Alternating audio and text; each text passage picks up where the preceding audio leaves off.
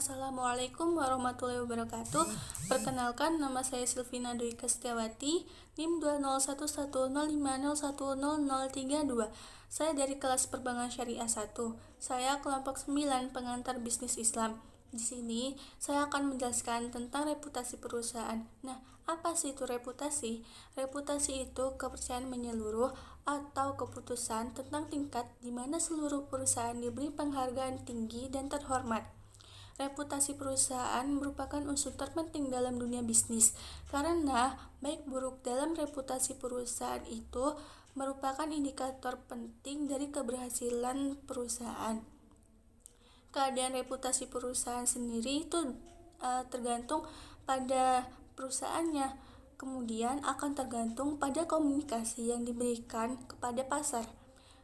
Reputasi perusahaan yang baik itu akan meningkatkan kredibilitas dan membuat konsumen lebih percaya diri bahwa mereka akan mendapatkan apa yang dijanjikan kepada mereka.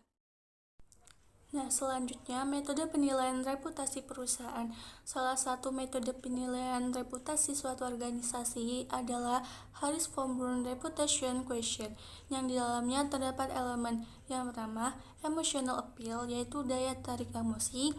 Yang kedua, product and service, yaitu produk dan layanan. Yang ketiga, vision and leadership, yaitu visi dan kepemimpinan.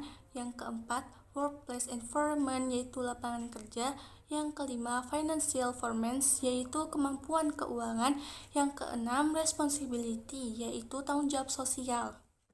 Jadi dapat disimpulkan bahwa reputasi perusahaan itu merupakan suatu persepsi dari konsumen yang berhubungan dengan kemampuan perusahaan untuk memberikan dan menyediakan pelayanan yang terbaik untuk konsumen dan calon konsumennya.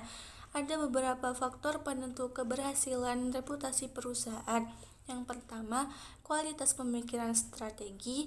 Yang kedua, komitmen manajemen untuk mencapai tujuan yang telah ditentukan. Yang ketiga, keterampilan segala program yang akan direalisasikan. Dan yang keempat, kegiatan yang direncanakan untuk mempromosikan dan melindungi brand, termasuk nama baik perusahaan yang melibatkan perilaku para karyawan dan komunikasi perusahaan. Contoh dari reputasi perusahaan.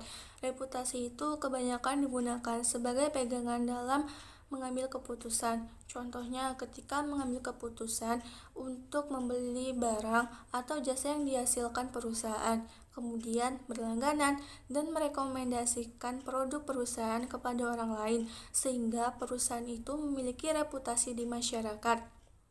Reputasi itu bisa baik, sedang, atau buruk.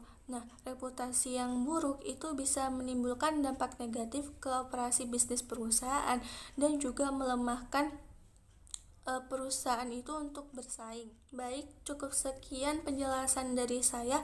Kurang lebihnya mohon maaf apabila ada kekurangan atau kesalahan. Wassalamualaikum warahmatullahi wabarakatuh.